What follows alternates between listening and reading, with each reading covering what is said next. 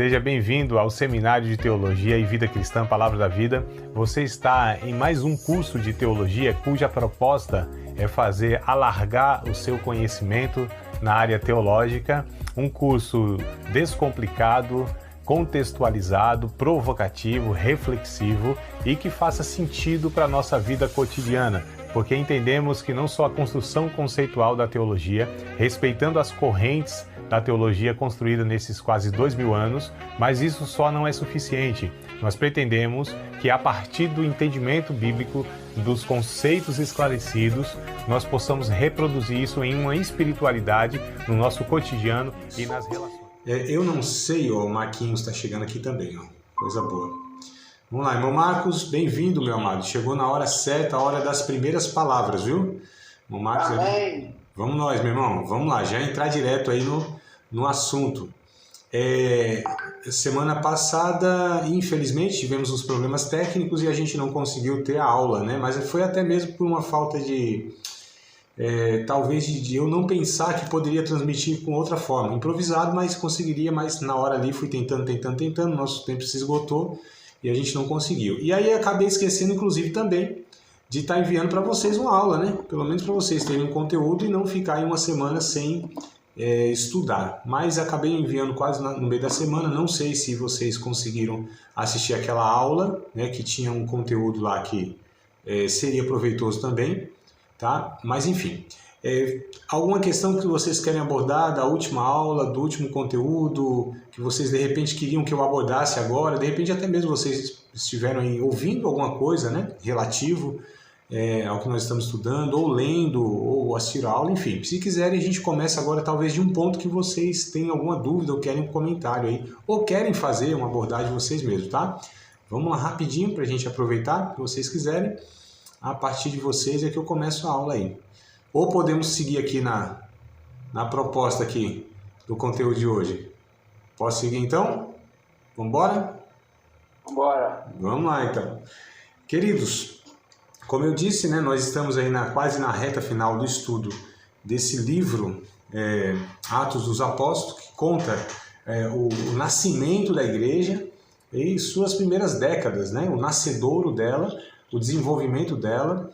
Enfim, nós temos aqui então uma referência, né, de igreja cristã, nos seus pontos positivos, naqueles que foram tratados, aí já nos mostra também que a igreja, embora ela seja uma proposta de Deus, ela nasce, né, de uma ação de Deus, ela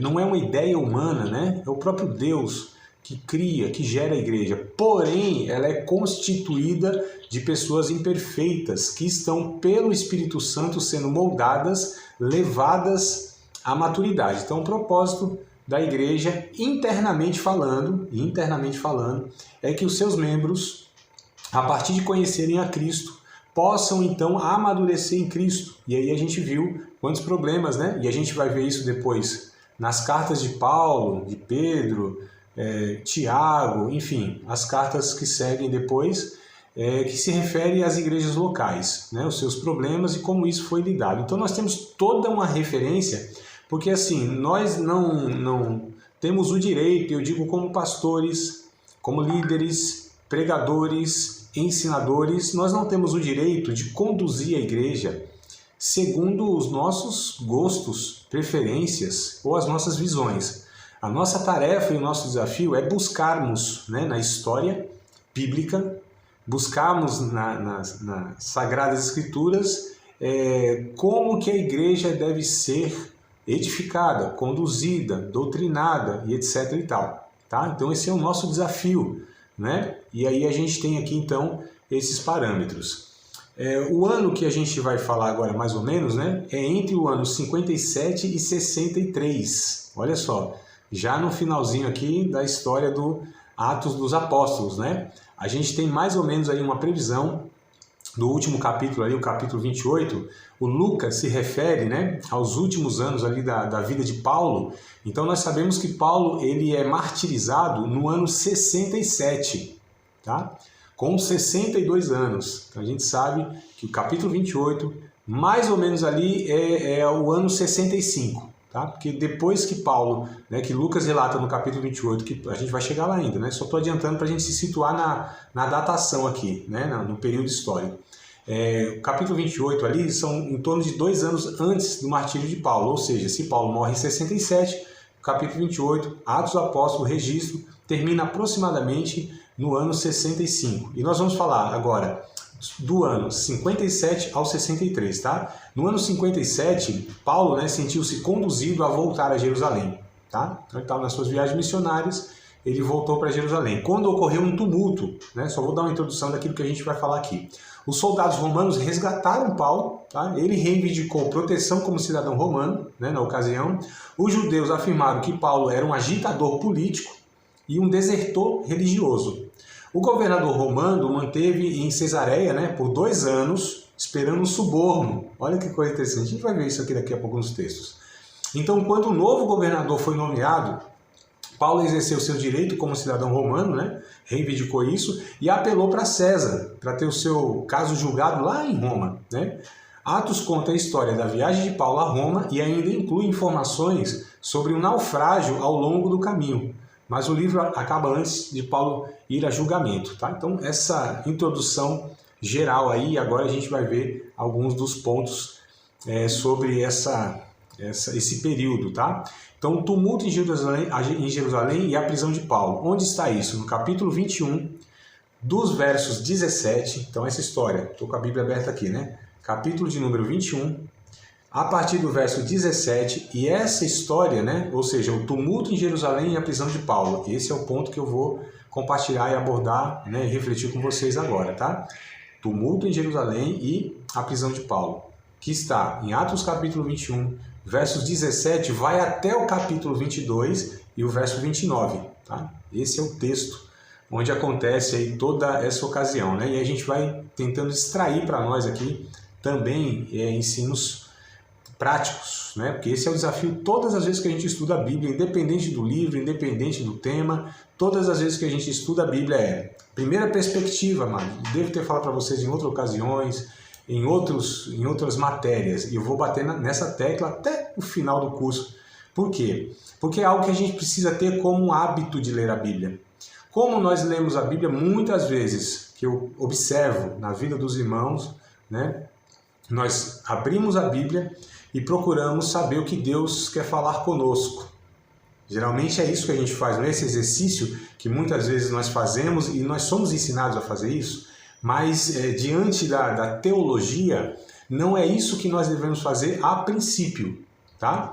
O que a regra, né, do estudo bíblico nos orienta? Para que a gente possa abrir a Bíblia, ler a Bíblia na perspectiva de procurar o entendimento do que Deus quis comunicar aos leitores. Por exemplo, aqui, aqueles que Lucas estava direcionando essa carta. Se formos ler, por exemplo, a carta de 1 aos Coríntios, qual deveria ser o nosso exercício correto? Procurar entender o que aqueles leitores, lá que Paulo direciona, na igreja de Corinto, o ano tal, o que Paulo quis comunicar para eles, naquele contexto. Qual foi o ensino do apóstolo Paulo para esses irmãos da cidade de Corinto? Aí sim, descobrindo isso, aprendendo isso, aí nós fazemos a segunda pergunta, né? A primeira é, o que Paulo quis ensinar com esse texto para aqueles irmãos daquela cidade? Essa é a primeira pergunta. Descobrimos a resposta? Ótimo. Aí fazemos a segunda pergunta. E o que Deus quer comunicar comigo, André, hoje, na minha realidade e tal? Né? Então é assim que a gente faz. Todos os livros da Bíblia. Essa é a postura correta. Porque se fizermos o contrário, ou né, a gente faz assim, quero saber o que Deus quer falar comigo.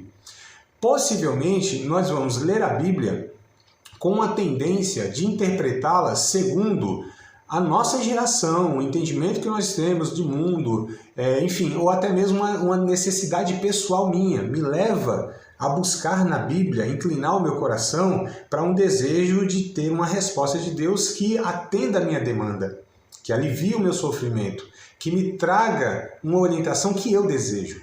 O problema é que isso geralmente é errado, tá? Ou todas as vezes é errado, né? Porque a postura primeiro nós precisamos entender a Bíblia, como a Bíblia foi escrita, pelos autores e para os destinatários.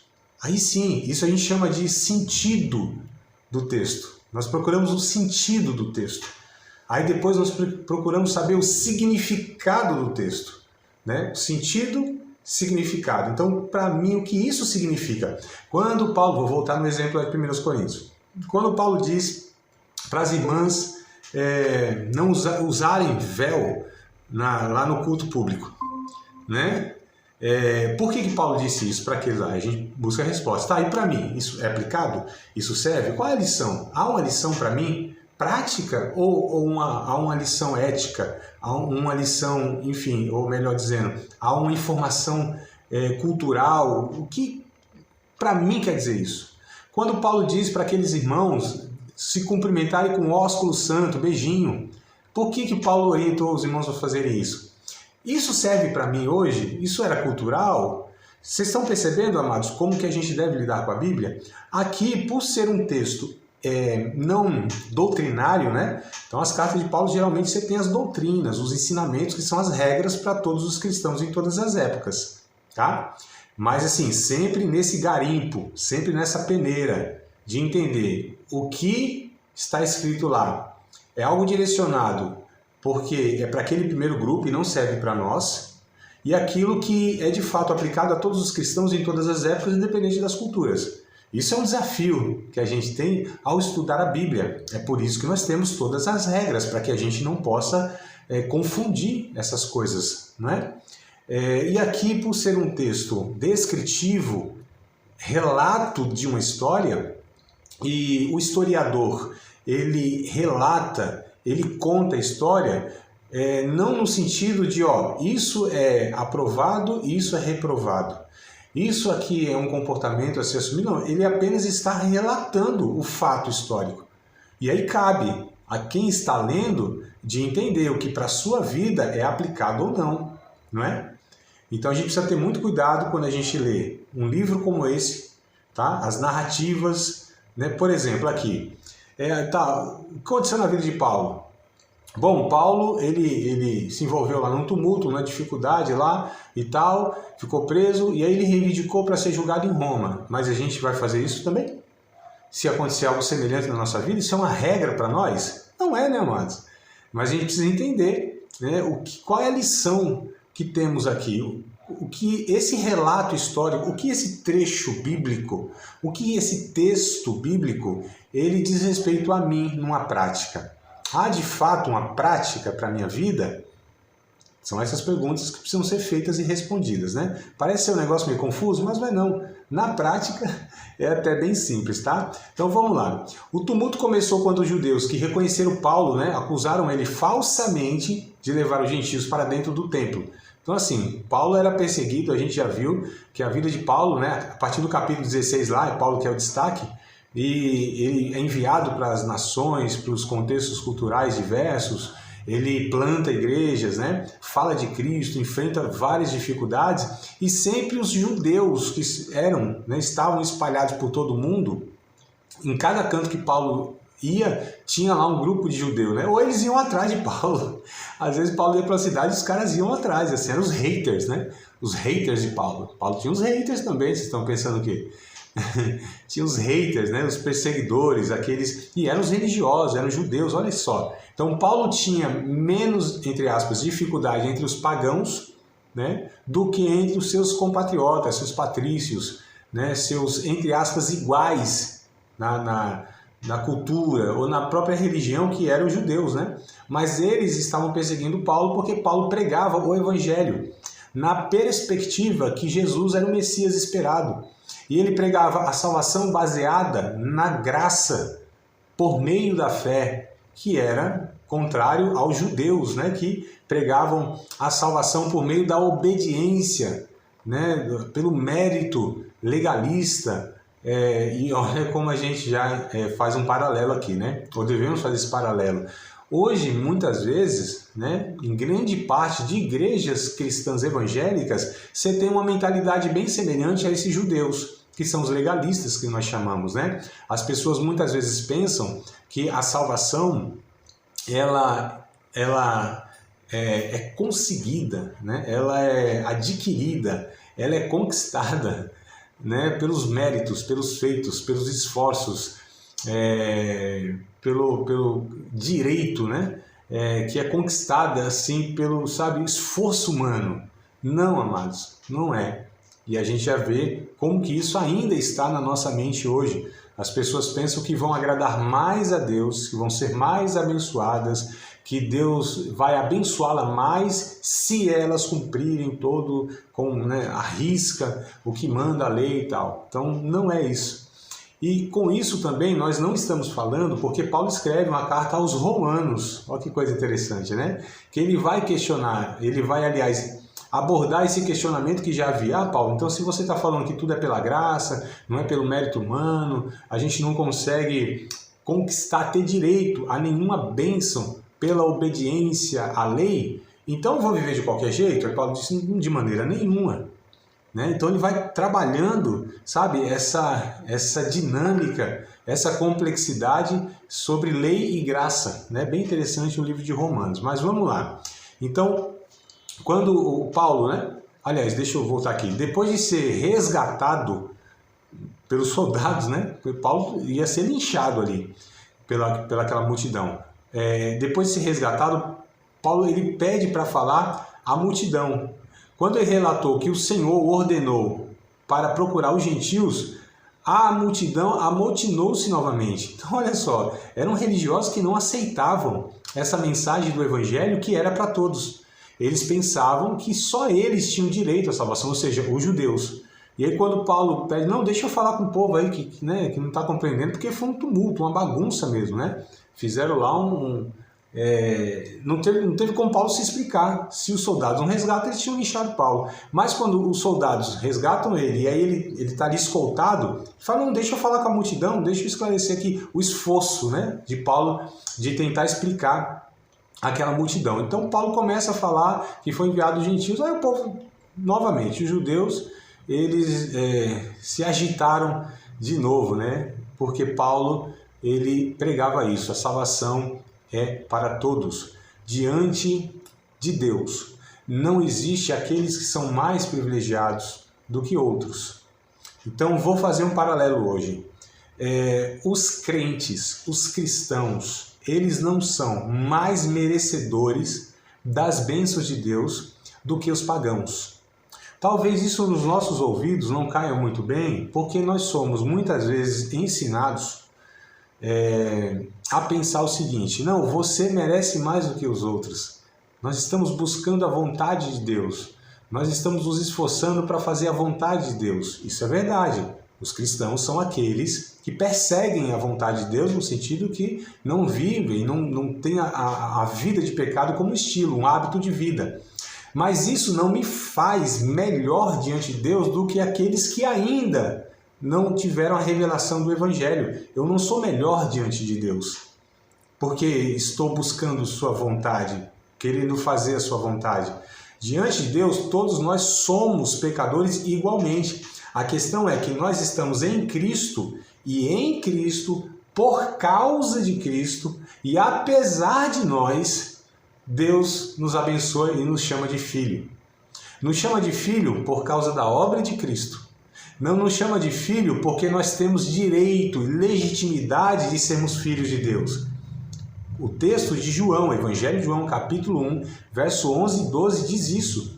Ele veio para o que eram os seus. Quem eram os seus historicamente falando? Eram os judeus. Os seus não os receberam, mas todos quantos o receberam, deu-lhes o poder, então é Deus que nos dá o poder de sermos feitos filhos de Deus, a saber, os que creem no seu nome, que não nasceram da carne, nem da vontade do varão, e nem do sangue, né? Então da carne, vontade do varão e do sangue. Eu acho que a ordem não é exatamente essa, mas enfim, tem esses 3 pontos aqui. Mas de Deus.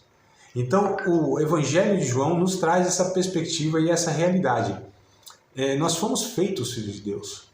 Então, eu não tenho parte na salvação nesse sentido, não tenho parte na salvação. Eu não me gerei, né? Eu não me salvei, eu não fiz absolutamente nada para nascer de novo. Eu não tenho parte no novo nascimento. Isso é obra do Espírito Santo aplicando o sacrifício de Cristo na minha vida. Então não é méritos. Paulo vai dizer, a gente tem que se orgulhar disso? Não dá para se orgulhar. Estávamos mortos nas nossas ofensas e nos nossos pecados. Tudo bem, André, mas e depois que a gente é nascido de novo? E depois que a gente começa a servir a Deus? Deus não nos olha com um olhar diferente? É o mesmo olhar que olha para nós, que ele olhava para nós antes e olha depois. Qual é o olhar de Deus? O único olhar de Deus? Misericórdia. Olhar de graça, amados. Esse é o ponto que Paulo prega. Ele olha com os olhos de misericórdia e de graça.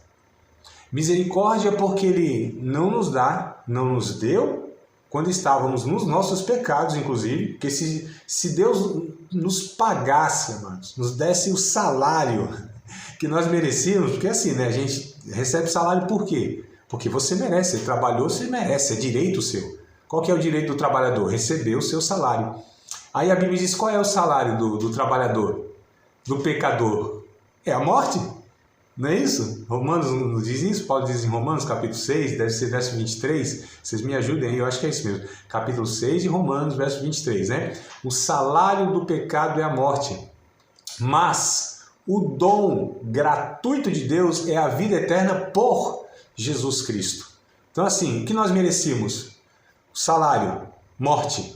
Porque, né, nós éramos pecadores que merecíamos a morte. Se Deus nos desse antes isso, nós nem chegaríamos a sermos alcançados pelo Evangelho, né? E Deus levou em conta os nossos pecados? Atos dos Apóstolos diz isso. Deus não leva em conta, ou não levou em conta os tempos da ignorância. Agora ele anuncia que todos se arrependam. Deve ser 17:30, né? De Atos. Deixa eu até confirmar aqui para quem quiser essa referência. Acho que é 17:30, né? Deus não levou em conta. Deixa eu ver, 30 não é não, deve ser 31 para lá, né? Todos os homens de todo lugar, tal. Não, é 30 mesmo, Atos 17:30. Mas Deus, não tendo em conta os tempos da ignorância, anuncia agora a todos os homens e em todo lugar que se arrependam. Atos 17:30. Então, o olhar de Deus era o quê? Antes, de misericórdia. E hoje, continua sendo de misericórdia. Porque o que é a misericórdia? É Deus não nos dá o que merecíamos. Então, misericórdia é, merecíamos a morte, Deus não nos deu a morte, a condenação. E a graça, porque se o olhar de Deus antes, durante e depois é a misericórdia, então ele não nos puniu, ele não nos deu, ele não nos levou à punição, né? Isso é misericórdia, nós merecíamos. Aí a graça de Deus nos salvou. E Deus, então, nos deu o que nós não merecíamos. Perceberam a diferença? Misericórdia é não receber, ou seja, a punição de Deus, né? E nós merecíamos, mas Deus não nos deu, não nos pagou segundo as nossas obras, seríamos todos condenados. Então, misericórdia é não receber o que nós merecíamos, a morte. A graça é receber o que não merecíamos. E o que nós recebemos que não merecíamos? A salvação. Então, os dois olhos de Deus é misericórdia e é graça. Fala, André, mas e depois de Jesus salvo, ainda a bênção de Deus é por graça? Continua sendo, porque nós continuamos recebendo aquilo que nós não merecemos, que são todas as bênçãos de Deus. Não há mérito humano. Não há nenhuma obediência que gere bênção, amados. Obediência não gera bênção. É graça que gera bênção. Porque se nós colocamos que obediência gera bênção, então o homem, pela sua obediência, resultou numa bênção de Deus. E Jesus, sem os autores aqui, secundários, por assim dizer, né? Que são todos inspirados por Deus. Mas o próprio Jesus, em Mateus capítulo 5, ele disse: Deus abençoa justo e injusto. Faz o sol se levantar sobre um e sobre o outro. Desce chuva sobre um e sobre o outro. Porque se Deus lidasse com o ser humano segundo seus méritos, nem conseguiríamos chegar a sermos alcançados pelo Evangelho, amados. Essa é a mensagem central de Atos dos Apóstolos. É a mensagem central de toda a Bíblia. É a mensagem coluna dorsal do Evangelho. Graça. Só o Evangelho tem o conceito de graça.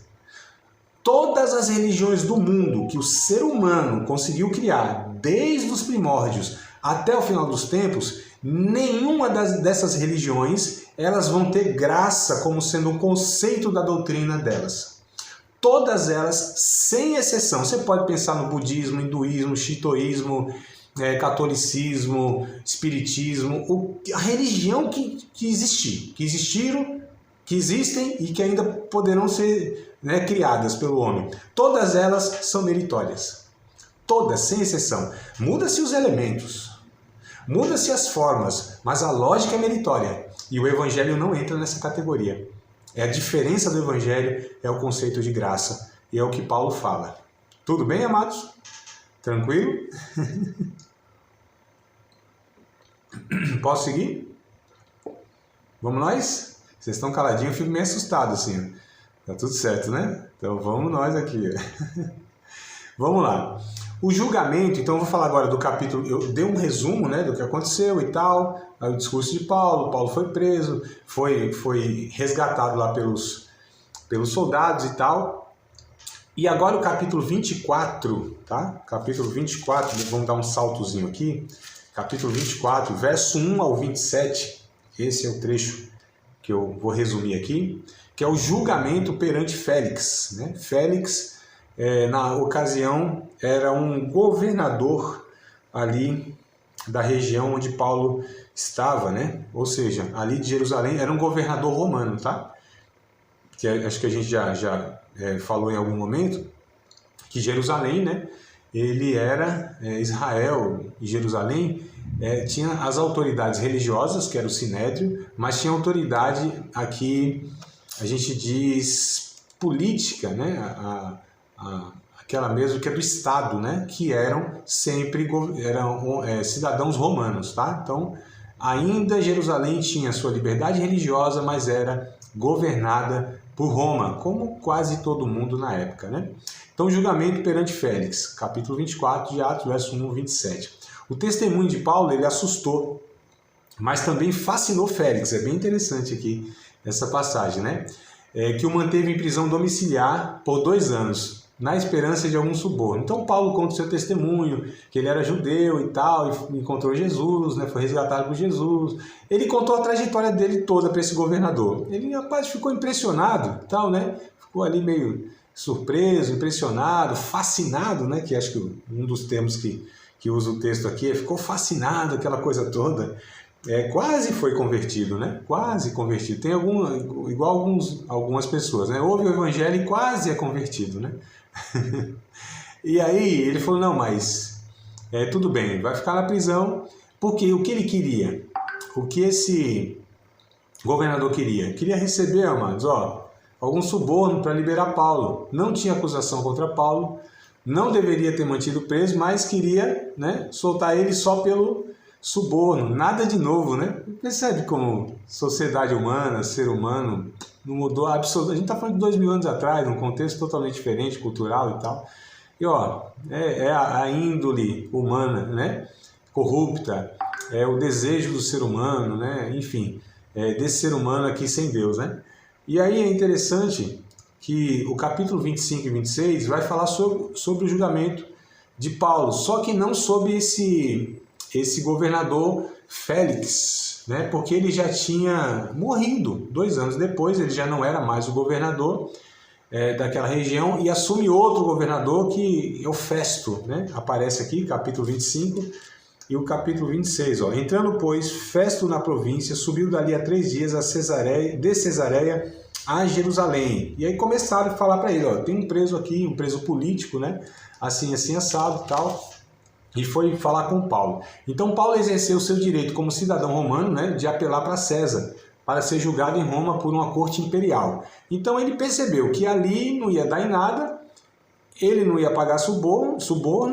Se ele fosse julgado ali, ele seria com certeza condenado, porque aquela multidão toda, né, enfim, e os governantes ali possivelmente não iam julgá-lo com um critério de justiça, né, porque eram, além de ser corruptos, talvez eles poderiam ser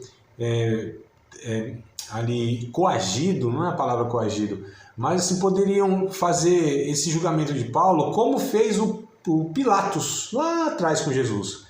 Por que Pilatos condenou Jesus? Porque a multidão pressionou, ele não tinha postura, era um covarde, né? Queria agradar um e outro e tal, não tinha postura mesmo de um governante como tem que ser, ou seja, julgar aquilo que é justo.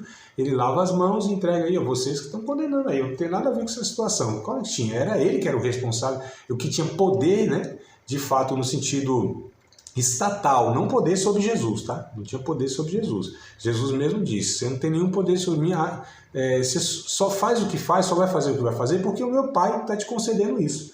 Mas não que humanamente ele teria, mas foi responsabilizado, né? Então é uma dinâmica que eu não entendo. Não adianta perguntar para mim, e eu duvido que algum teólogo na vida, na história e na existência consiga responder esse mistério, né, de como Deus ele é soberano, ele conduz a história segundo o propósito e a finalidade que ele está direcionando a história. Mesmo na sua soberania, ele ainda responsabiliza o homem pelos seus atos livres.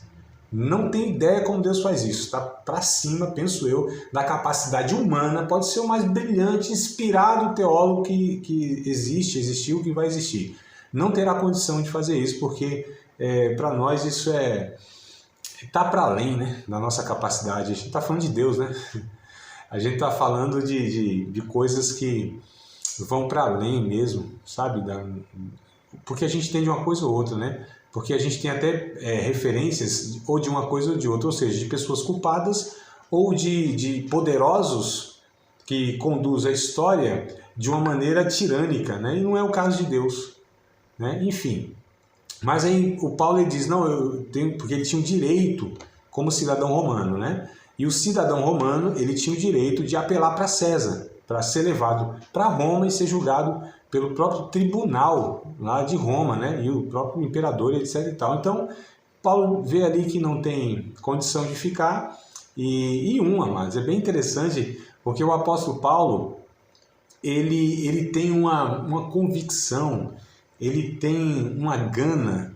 O apóstolo Paulo ele tem um objetivo na vida que ele persegue de uma maneira tão, tão intensa, tão pertinaz, que ele fala, não, eu vou para Roma, eu vou pregar em Roma. Embora ele já tinha ido em outras ocasiões, mas ele falou, não, eu vou para lá, vou pregar e tal, quero pregar para o imperador, né? Enfim, Paulo queria, na verdade, não era se safar, ele não queria se livrar, né?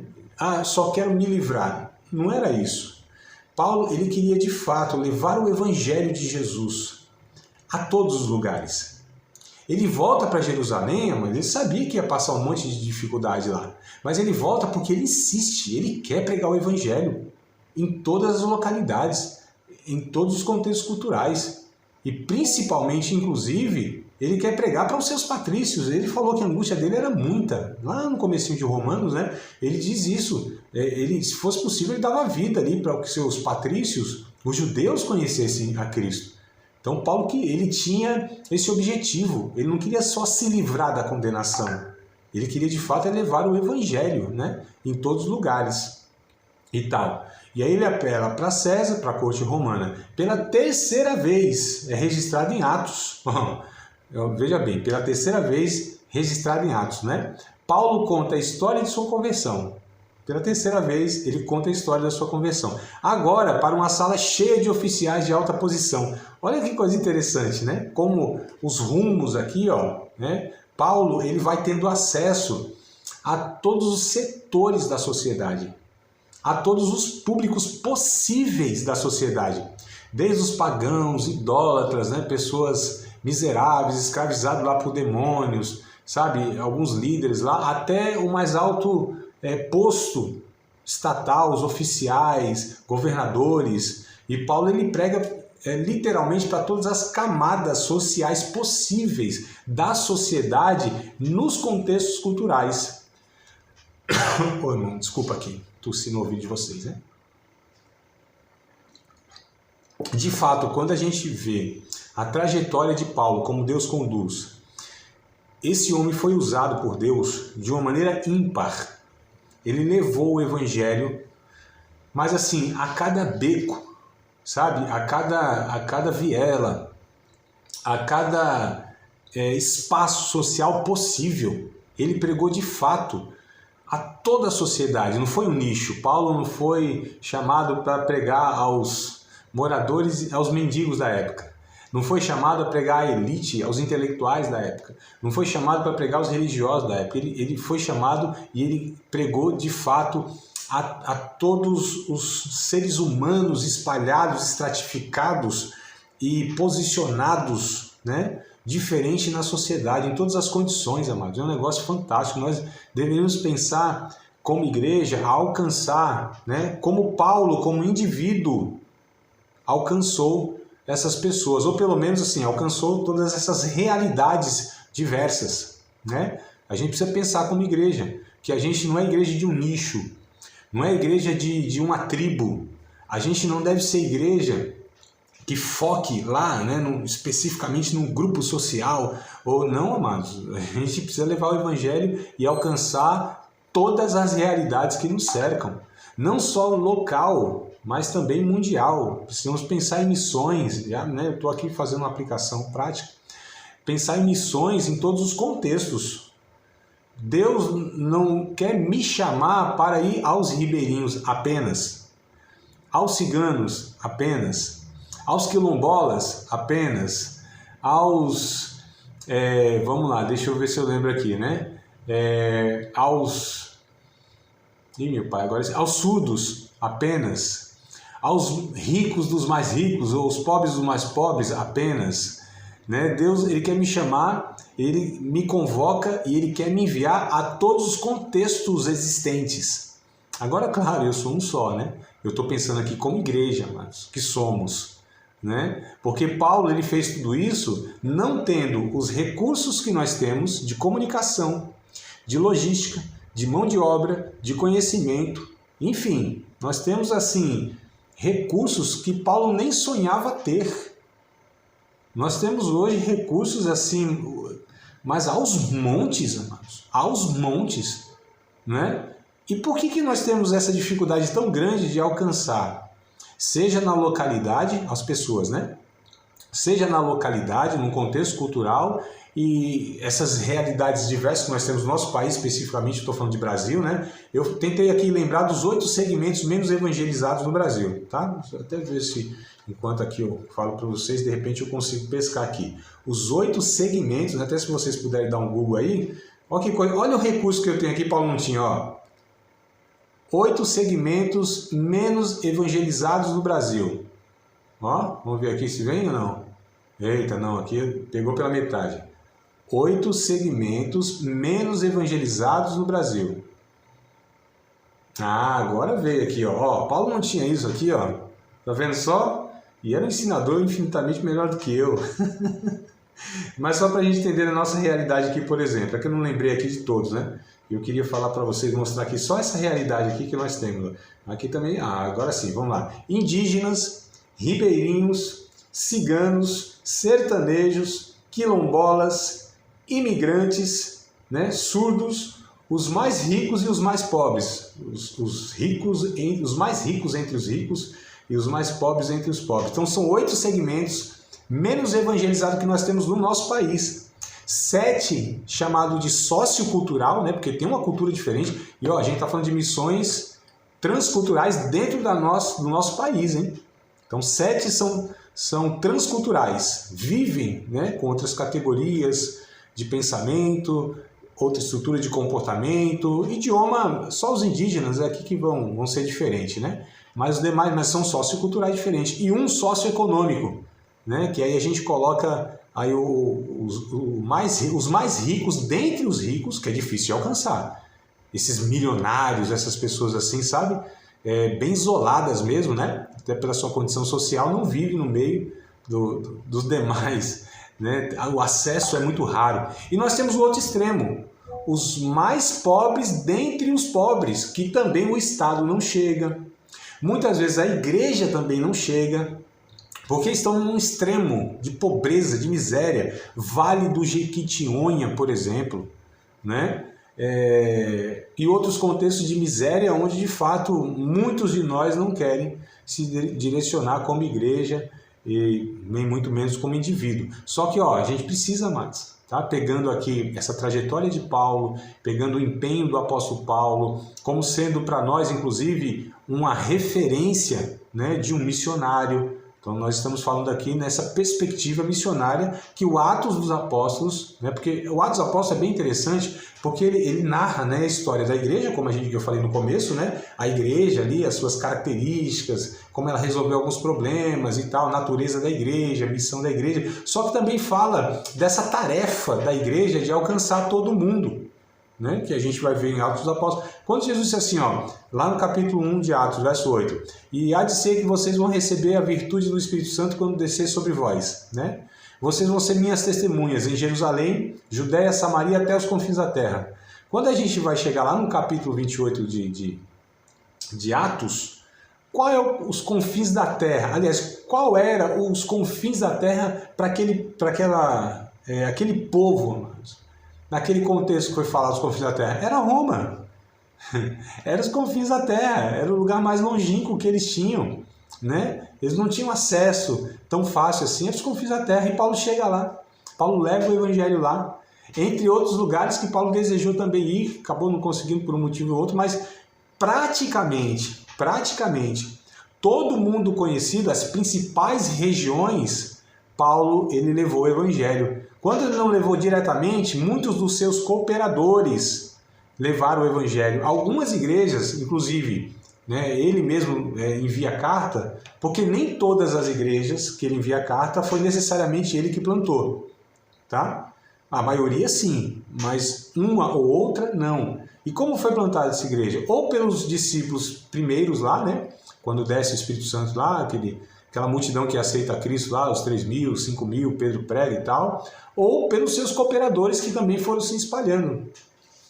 A questão é, quando a gente lê Colossenses, deve ser capítulo 1, Colossenses capítulo 1, verso 23, eu acho, 29, vamos lá. Só para a gente entender aqui, perspectiva interessante.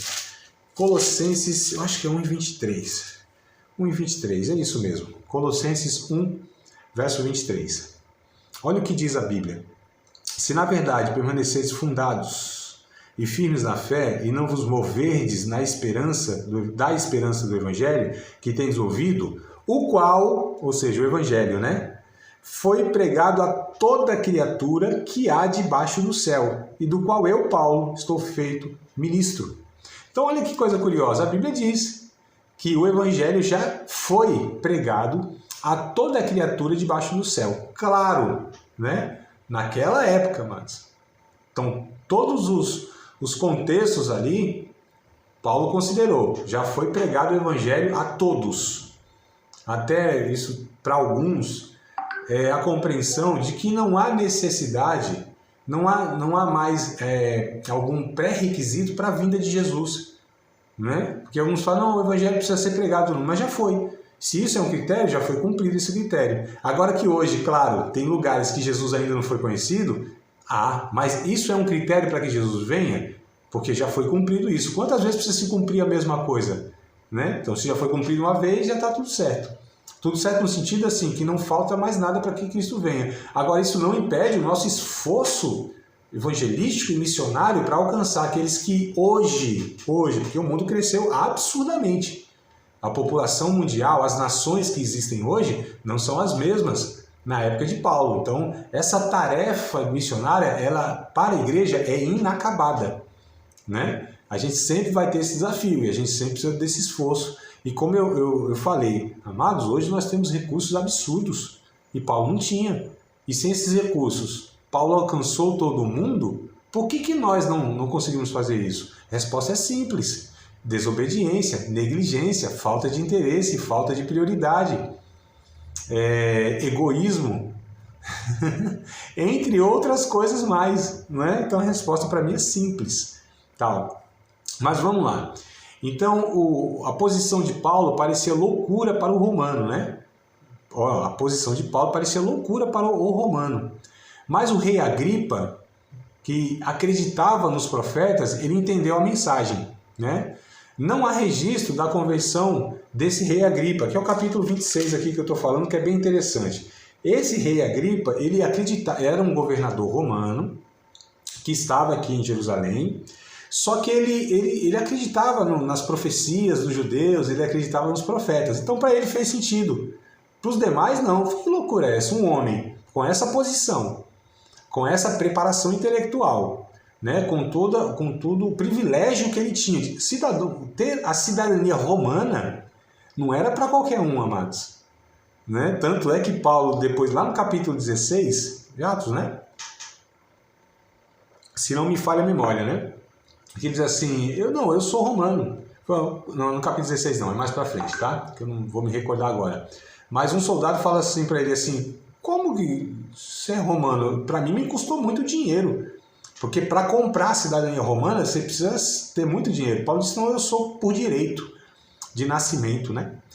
Interessante é isso, Paulo, ele é diferenciado. Como Deus, ele proporciona na vida de um homem tudo aquilo, né, que Deus vai utilizar para cumprir a sua obra. É impressionante, mas ninguém preenchia os requisitos que Paulo tinha.